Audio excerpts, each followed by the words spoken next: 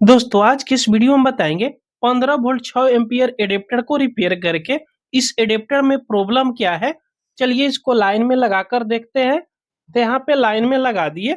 अब देखिएगा यहाँ पे एलईडी इंडिकेटर दिया हुआ है, शायद यहाँ पे क्लियर आपको दिखाई दे रहा होगा। जो यहाँ पे ये ब्लिंकिंग कर रहा है, ये लगातार इसी तरह ब्लिंकिंग करता रहेगा।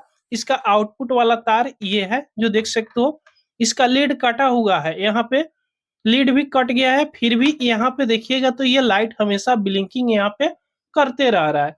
ध्यान से देखिएगा तो यहाँ पे लाइट ब्लिंकिंग कर रहा है, शायद कैमरा में यहाँ पर देखने को मिल जाए। अब देख सकते हो ये लाइट इसी तरह ब्लिंकिंग हमेशा कर रहा है। और आउटपुट में कितने वोल्ट मिल रहा है चलिए ये भी चेक करके यहाँ पे देख लेते हैं। ये एडेप्टर 15 वोल्ट का है तो 15 वोल्ट यहाँ पे मिल रही है और ब्लिंकिंग कर रहा है, या उससे कम मिल रहा है तो यहाँ मल्टीमीटर को डीसी 20 वोल्ट की रेंज पे सेलेक्ट कर लेना है। और यहाँ आउटपुट में चेक करके देखते हैं कि कितने वोल्ट मिल रहा है।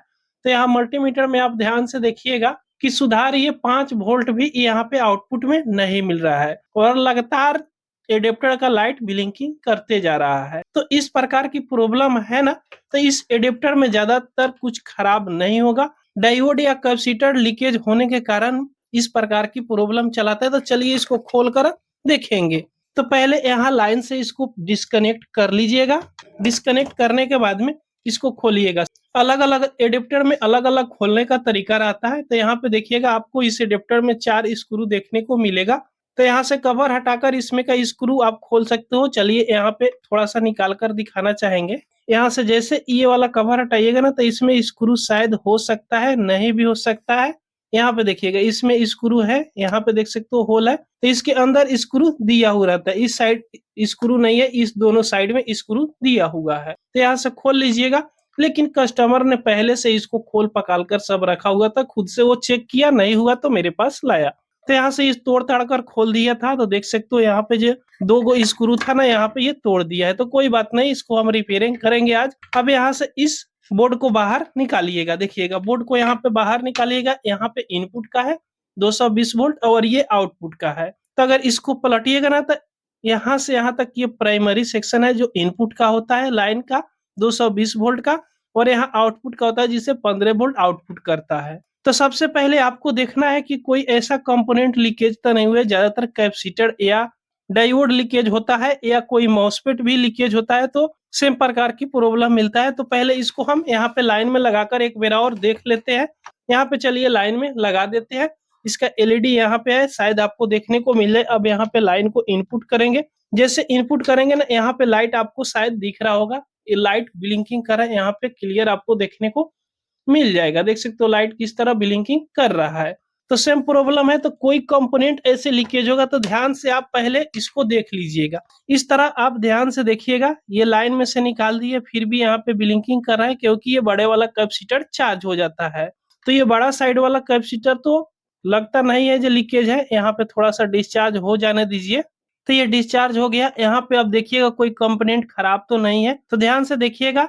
ये बड़े साइज वाला जो कैपेसिटर है ना, ये देखने में तो बिल्कुल ओके लग रहा है। यहाँ पे ध्यान से देखिएगा तो आपको क्लियर देखने को मिलेगा। उसके बाद में डायोड वगैरह तो ठीक है। प्राइमरी सेक्शन में भी प्रॉब्लम आ जाता है तो सेम प्रॉब्लम देखने को मिलता है।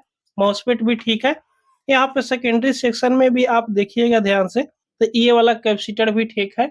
यहाँ पे अगर ध्यान से देखिएगा तो ये वाला कैपेसिटर पर शक लग रहा है, क्योंकि यहाँ पे हल्का सा ये कैपेसिटर फूला हुआ, देखिए कि यहाँ पे हल्का सा फटा हुआ है कैपेसिटर। ध्यान से देखिएगा तो ये वाला कैपेसिटर जो है ना बिल्कुल क्लीन दिख रहा है, और ये वाला कैपेसिटर पर कुछ शक लग रहा है। तो इस कैपेसिटर को आप चेंज करके पहले देखिएगा, शायद इसी से प्रॉब्लम ठीक हो जाए। तो इसको हम चेंज करके देखेंगे।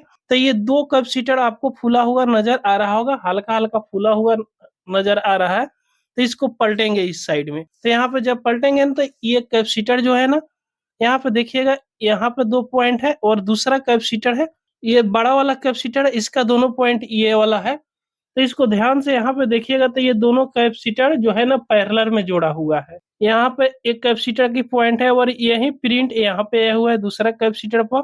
और फिर देखिएगा यहाँ पे उस दूसरे साइड वाला कैपेसिटर की लेग पे यहाँ पर भी ये दोनों प्रिंट आपस में जोड़ा हुआ है।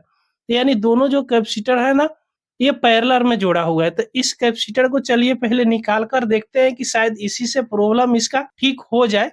तो इस कैपेसिटर को यहाँ आराम से निकालेंगे। चाहे तो आपके पास डिसोल्डिंग वायर हो तो डिसोल्डिंग वायर से भी इसको डिसोल्डिंग करके हटा सकते हो, या आराम से इस तरह दोनों लेग पर बारी बारी से सोल्डिंग आयरन को सटाकर थोड़ा सा इधर उधर कीजिएगा तो भी कैपेसिटर आराम से ये निकल जाता है। देखिएगा इस तरह आराम से ये निकल जाएगा।